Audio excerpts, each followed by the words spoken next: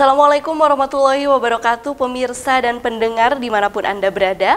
Senang sekali pada kesempatan kali ini saya Pipit Nurvina kembali menjumpai Anda dalam program talk show Silih Tulungan Ekonomi di Jawa Barat.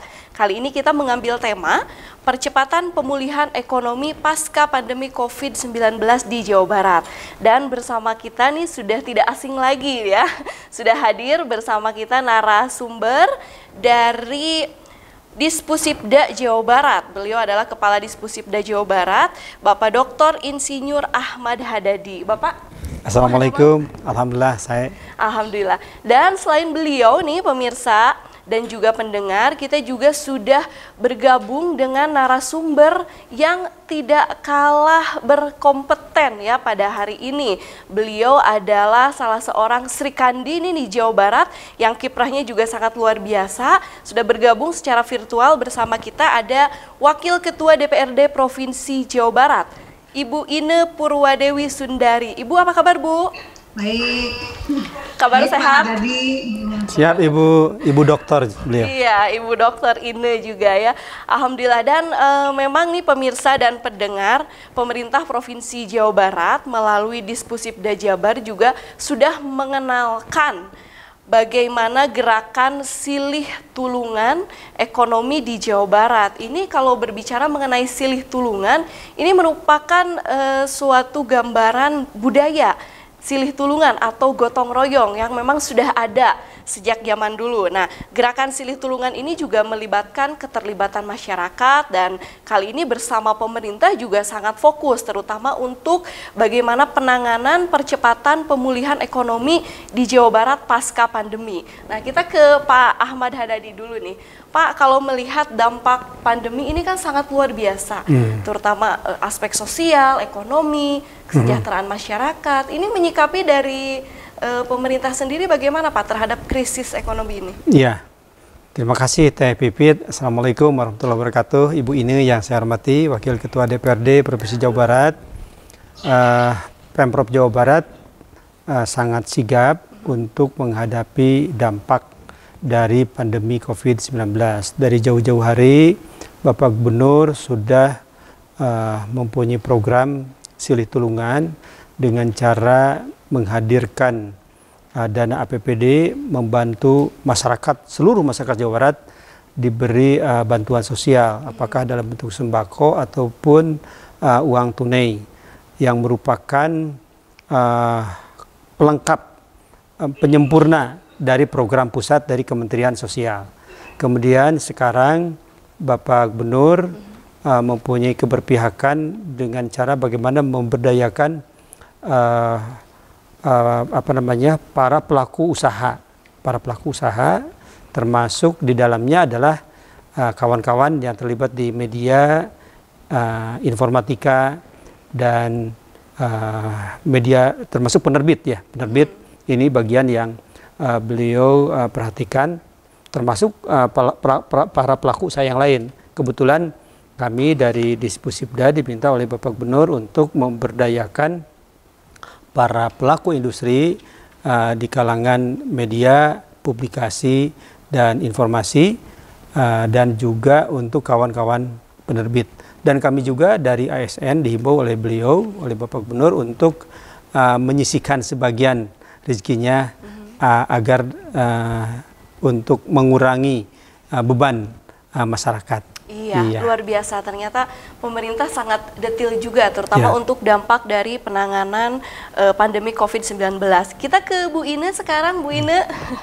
Ya, ini sebagai legislator ini karena tentunya untuk penanganan pandemi COVID-19 ini dibutuhkan kolaborasi dan juga sinergitas, tidak hanya eksekutif saja, tetapi juga dari legislatif, kaitan dengan peran DPRD yang sangat krusial, terutama dengan 3 kewenangan fungsi itu. Seperti apa nih Bu menyikapi untuk pemulihan ekonomi nasional dari sudut pandang DPRD?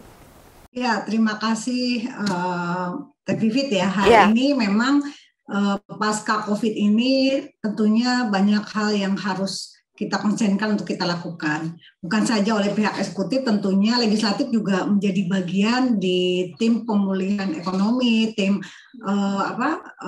penanganan COVID. melakukan langkah-langkah selain dari 3 fungsi DPRD. DPRD sendiri kita juga melakukan upaya pemulihan COVID dengan mensupport anggaran-anggaran yang dikonsentrasikan untuk pemulihan COVID, David. Antara lain misalnya mendukung vaksinasi, yang mana vaksinasi juga itu merupakan kolaborasi dari semua, dari pemerintah pusat, pemerintah provinsi, dan tentunya kabupaten kota yang memiliki wilayah di bawah sampai dengan di desa-desa. Itu yang terus dilakukan. Kemudian yang kedua tentunya dengan bantuan-bantuan sosial yang diberikan, baik oleh pemerintah pusat, pemerintah provinsi, dan pemerintah kabupaten kota, dengan segala upaya yang dilakukan. Kami mengapresiasi tadi Pak Haryadi sampaikan, silih tulungan, kemudian juga saya melihat ASN bersatu ke daerah, bahkan juga kami juga diajak ya, silakan anggota DPRD kalau mau bikin sembako dan memberikan kepada masyarakat, itu juga upaya-upaya pemulihan pasca COVID bagi masyarakat di daerah-daerah khususnya. Itu saling gotong royong gitu ya, saling mengumpulkan bantuan yang bisa dilakukan untuk masyarakat.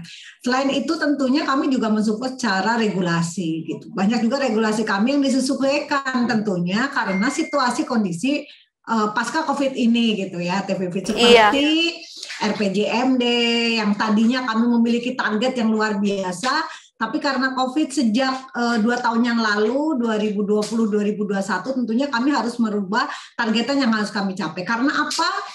Keselamatan masyarakat gitu ya, kemudian juga kesehatan masyarakat, kemudian membangkitkan ekonomi pasca COVID ini menjadi hal yang penting. Oleh karena itu, tentunya banyak regulasi yang kami harus sesuaikan karena capaian target karena situasi pandemi COVID ini. Iya, luar biasa. Yang ketiga tentunya, yang ketiga sesuai fungsi kami adalah pengawasan. Pengawasan kami sudah meminta sebetulnya dari pimpinan DPRD untuk seluruh komisi-komisi terkait untuk ikut serta di dalam penanganan COVID maupun pasca COVID-19 ini. Seperti yang terlibat adalah teman-teman Komisi 2 yang bidang perekonomian. Untuk kesehatan teman-teman Komisi 5, kemudian juga persiapan pendidikan teman-teman di Komisi 5 juga kami melihat memantau itu. Supaya apa? Betul-betul memastikan bahwa vaksinasi sebagai upaya untuk pencegahan COVID itu bisa berjalan di Jawa Barat. Karena apa? Karena masyarakat Jawa Barat ini adalah memiliki jumlah yang paling besar di seluruh Indonesia, tentunya ini perlu ada upaya yang dilakukan secara bersama-sama. Kalau itu tidak dilakukan secara bersama-sama, tidak dilakukan pengawasan yang baik, termasuk Pak Haryadi ini juga tim ya Pak, tim dalam pemulihan ekonomi dan juga COVID, ini harus terus mengajak, karena masih ada sebagian masyarakat yang masih belum mau divaksin ataupun siap divaksin, tapi secara berkala. Vaksin ini kan juga secara bertahap ya sampai di kita. Terima kasih juga kepada seluruh organisasi sosial, partai politik, juga teman-teman yang di LSM dan sebagainya yang juga melakukan upaya vaksinasi atau gerakan vaksinasi gratis yang juga membantu pemenuhan vaksinasi di Jawa Barat ini. Nah, selain itu yang terpenting adalah perlu ada kolaborasi secara bersama-sama, kerjasama secara bersama-sama. Tadi kalau dikatakan gotong royong secara bersama-sama, karena ini ciri masyarakat Indonesia itu, gitu ya, untuk bersama-sama berpikir bahwa pasca COVID ini tidak mungkin saja pemerintah atau DPRD yang melakukan ini, tetapi ini juga perlu ada kebersamaan untuk bisa mensukseskan bagaimana pasca COVID ini berjalan, termasuk pihak swasta, kemudian BUMD, BUMN, kemudian juga karena pada saat COVID itu juga banyak yang PHK gitu ya. Saat ini sudah mulai kebangkitan ekonomi ya, mulai kembali penyerapan tenaga kerja ini juga menjadi penting. Ini hal-hal yang saat ini mungkin dalam pantauan kami di DPRD terus kami lakukan. Iya, kaitan dengan pelemahan pertumbuhan ekonomi, terutama ini pemerintah juga mengalami penurunan pendapatan dari sektor pajak juga. Nah, ini tentunya berpengaruh Pak terhadap program-program yang sudah memang direncanakan,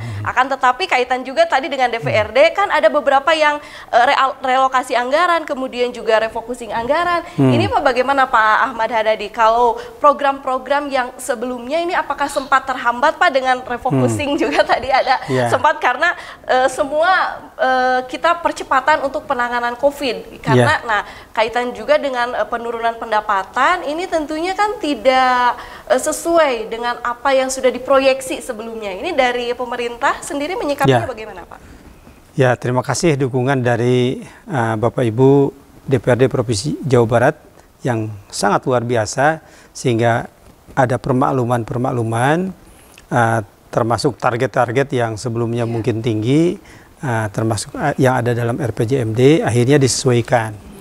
Memang kita mungkin Ibu Ine yang paham betul, kita defisit ya sampai di angka 5 triliun, sehingga anggaran kami ya disesuaikan mana yang lebih prioritas, maka tanpa mengurangi pelayanan kepada masyarakat yang sifatnya untuk publik, maka itu diutamakan, diprioritaskan. Adapun untuk ya belanja pegawai, perjalanan dinas, mungkin kegiatan-kegiatan yang sifatnya internal, itu boleh dikatakan di drop, di refocusing ya, sehingga tetap walaupun anggaran berkurang, tapi kinerja pelayanan publik itu harus maksimal. Kebijakannya begitu. Iya, bagaimana nih ke Bu Ine, langsung Bu Ine tanggapannya, karena banyak tadi hampir defisit 5 triliun, memang betul Bu? Iya betul, 5 triliun lebih ya, kurang lebih 5,6 triliun. Ya, bisa wae Pak Udadi ini menyerahkan kepada DPRD. Tapi Bu Ine sebelum dijawab kita jeda dulu. Nah, ya untuk pemirsa dan pendengar, bagaimana nih sebagai eksekutif dan juga legislatif, terutama dalam percepatan pemulihan ekonomi nasional kaitan dengan pandemi, karena memang ini luar biasa, dari pemerintah ini harus lebih ekstra kerja keras secepatnya bagaimana agar kesehatan cepat pulih, kemudian juga ekonomi cepat bangkit. Sesaat lagi jangan kemana-mana, masih bersama Talkshow Silih Tulungan Ekonomi di Jawa Barat.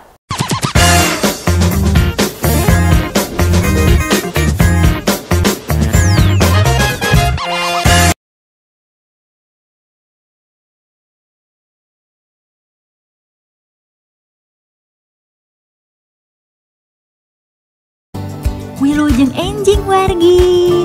Kali ini admin mau ngasih tahu nih salah satu kemudahan dari aplikasi Candil milik Dispusipda Jabar, yaitu fitur bacakan teks dengan setting text to speech. Nah, seperti apa sih? Jadi setelah teman-teman masuk aplikasi Candil dan memilih buku yang teman-teman inginkan, ketika teman-teman baca kalimat yang teman-teman inginkan, teman-teman bisa klik drag dan blok, lalu pilih tombol bacakan teks. Maka akan terdengar deh suara seperti ini teman-teman. 1. Surat lamaran 1. Rusun, Leaen. 2. CV. Daftar riwayat hidup 2. Sample produk 3. Nah, mudah bukan? Sekarang admin akan jelaskan secara lebih rinci ya teman-teman. Pertama, download aplikasi Candil di Google Play Store. Teman-teman daftar dahulu ya sebagai anggota dengan cara isi email. Setelah diisi, teman-teman sudah bisa menggunakan aplikasi Candil dan mencari buku yang ingin dibaca. Lalu pilih bukunya dan klik tombol baca. Tunggu beberapa saat kemudian. Nah, teman-teman tinggal cari deh teks atau kalimat yang ingin dibaca. Lalu klik tombol titik 3 bulat berwarna kuning di pojok kanan bawah. Pilih teks dengan cara klik drag dan blok kalimat atau teks yang ingin dibaca oleh teman-teman. Lalu pilih bacakan teks, maka suara akan keluar sesuai dengan teks atau kalimat yang dibaca oleh teman-teman tadi. Mudah bukan? Selamat mencoba ya!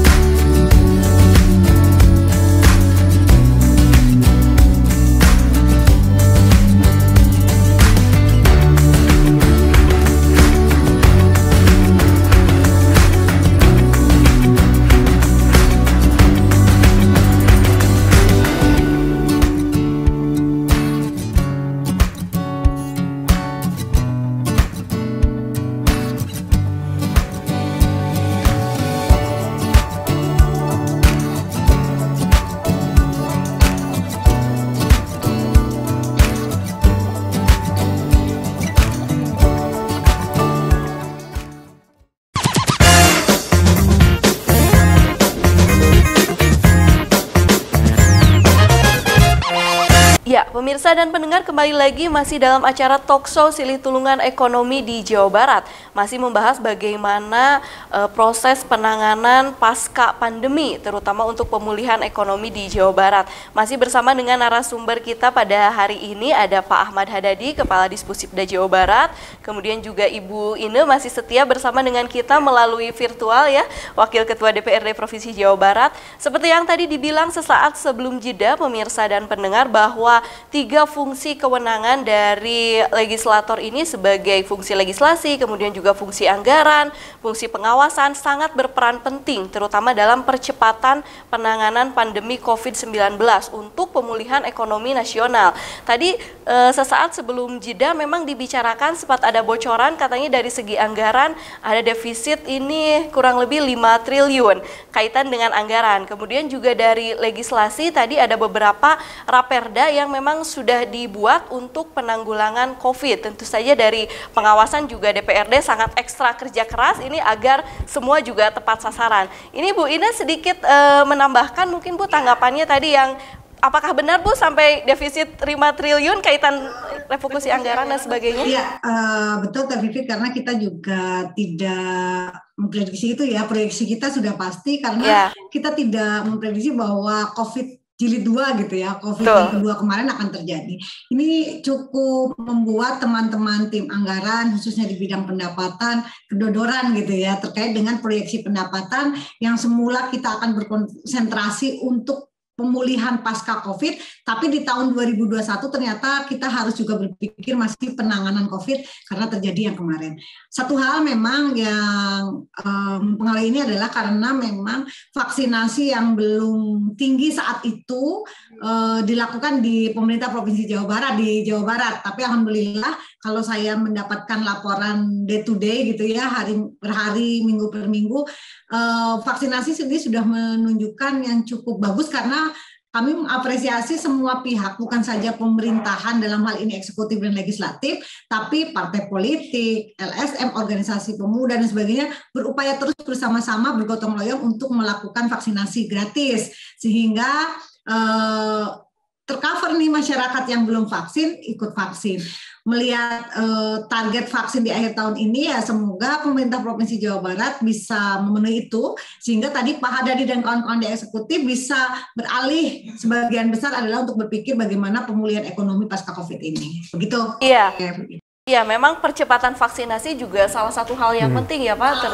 Salah satu selain juga tadi ya Teh program-program yang bisa mempengaruhi bagaimana percepatan kembalinya ekonomi di Jawa Barat ini. Iya, karena memang dampak dari pandemi COVID ini sangat luar biasa Pak, terutama dari tadi sosial, ekonomi, kesejahteraan masyarakat, tapi ada juga ini dari beberapa sektor usaha yang memang dinilai masih potensial, terutama sektor infrastruktur dinilai masih potensial dan yang menjadi primadona ini yang tidak mengalami penurunan bahkan cenderung mengalami pertumbuhan, diantaranya sektor telekomunikasi dan teknologi. Nah ini kaitan dengan sektor pertumbuhan dari telekomunikasi Pak dan juga ini seperti saat ini yang sedang digunakan ya, ini juga merupakan salah satu contoh. Bu Ine meskipun tidak bisa hadir langsung ke studio tapi bisa mengikuti secara virtual. Ini memang salah satu perkembangan. Ini Pak Ahmad Hadadi sendiri menyikapi ini seperti apa? Ya, sekira ini tuntutan zaman di era 4.0, era industri 4.0, ya kita alhamdulillah terbantu. Walaupun kita ada pengetatan, jaga jarak, tidak berkerumun, maka alhamdulillah kita sudah punya solusi ya. Walaupun kita tidak tatap muka, pembelajaran bisa berjalan secara daring. Bisnis juga bisa mengembangkan secara online dan juga aktivitas-aktivitas yang lainnya. Justru alhamdulillah dengan hadirnya era industri 4.0 sehingga aktivitas kita masih bisa berjalan. bisa berjalan. Dan ini juga harus ada kerja keras juga dari pemerintah, tidak hanya dari pemerintah provinsi, kemudian juga dari DPRD, kaitan dengan sektor telekomunikasi, kemudian juga teknologi dan informasi yang sekarang terutama untuk percepatan transformasi digital. Nah ini Bu Ine, kaitan dengan ada beberapa daerah juga yang masih belum merata kaitan blank dengan spot. Ya, blank spot, infrastruktur digitalnya ini dari pemerintah bagaimana? Sementara di masa pandemi memang tuntutannya kita harus jabar ngabret digital ya, terutama itu. Nah ini kalau dari DPRD sendiri ini bagaimana nih agar pemerataan infrastruktur digital terutama di masa pandemi, karena sangat berpengaruh juga terutama dari sektor ekonomi ini menunjang untuk perkembangan bisnis melalui ekonomi digital ini. Ya, baik, terkait dengan ekonomi digital sebetulnya ya mungkin Pak Hadadi juga tahu perkembangan terkait dengan digital ini sebelum COVID juga sudah terus dilakukan. Dulu saya teringat Pak Hadadi ketika menjadi Kepala Dinas Pendidikan sudah memulai juga ya Pak kita secara digital, ujian dan sebagainya. Ternyata teralami ketika COVID. Baik itu bisnis, baik itu sekolah, baik itu kita tetap kinerja itu dalam arti kinerjanya juga WFH tapi tetap kerja gitu ya Pak Hadadi. Saya setiap hari juga masih tetap rapat dengan virtual, 3-4 rapat gitu ya yang berbeda kita masih rapat dengan virtual. Artinya dengan telekomunikasi, dengan digitalisasi ini tentunya tidak kemudian mengurangi aktivitas yang harus dilakukan terkait dengan beban kerja kita, sehingga kinerja tetap bisa dilakukan. Banyak yang menyampaikan juga, apakah kinerja tetap bisa dilakukan? Tetap bisa dilakukan, kecuali satu hal ketika kita harus melakukan pengawasan secara langsung, kan tidak bisa diwakili oleh digital gitu ya. Betul. Pengawasan anggota DPRD ke masyarakat itu tidak bisa dilakukan gitu ya, walaupun pengawasan secara digital juga terus dilakukan secara virtual dengan bupati, wali kota dan sebagainya dilakukan.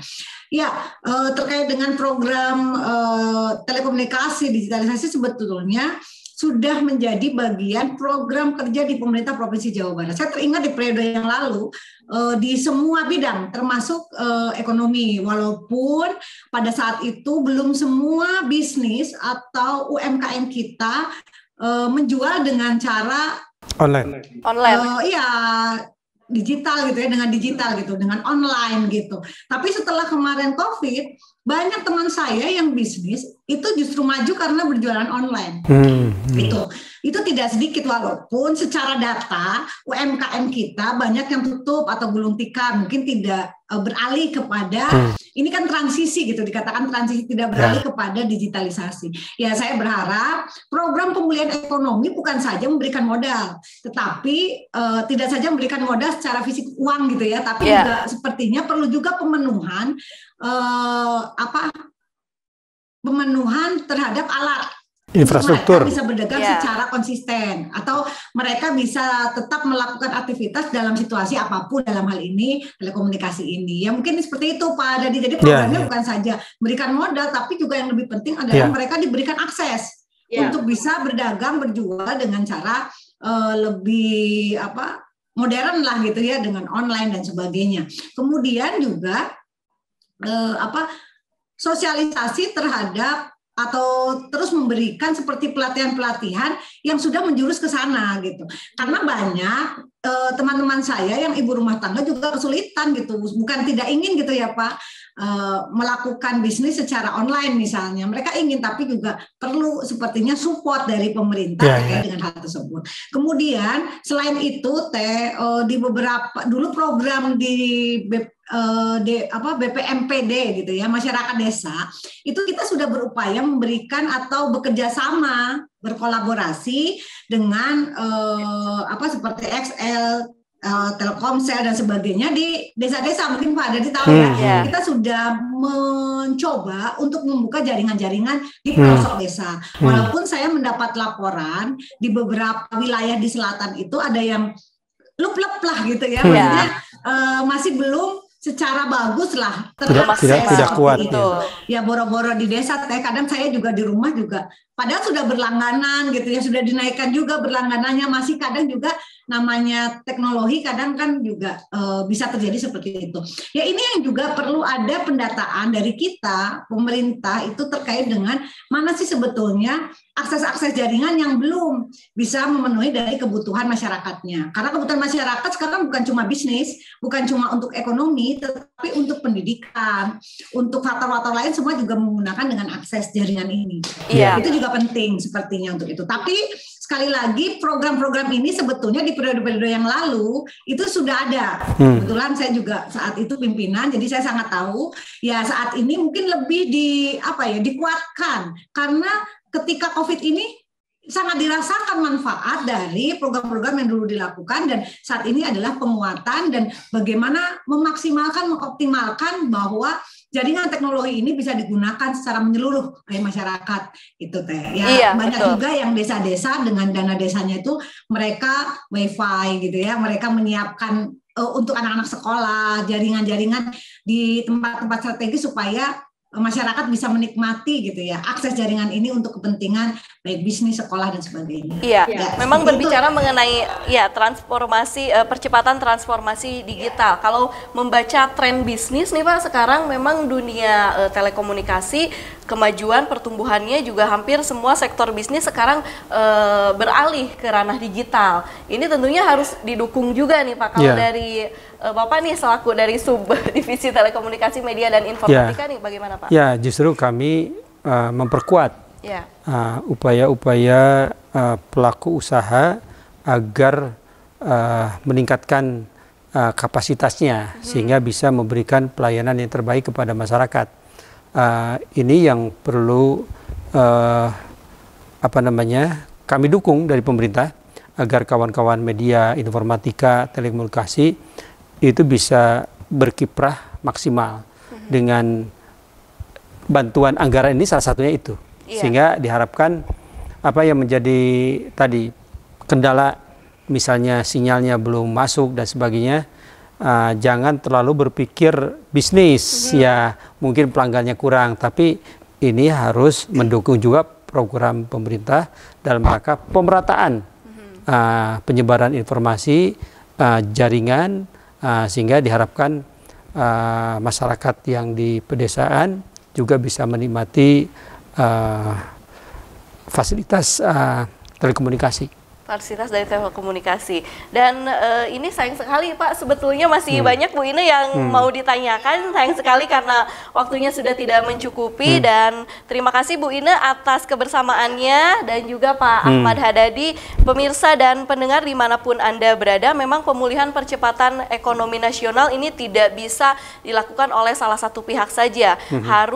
Harus ada kolaborasi dan juga sinergitas. Termasuk dunia usaha. Dunia usaha ya, tidak hanya masyarakat, pemerintah, eksekutif maupun legislatif, tapi juga dari segi pengusaha, karena ini juga sektor ekonomi yang betul-betul sebagai tolak ukur untuk peningkatan pemulihan ekonomi nasional. Saya Pipit Nurvina undur pamit, sampai jumpa di lain kesempatan. Wassalamualaikum warahmatullahi wabarakatuh.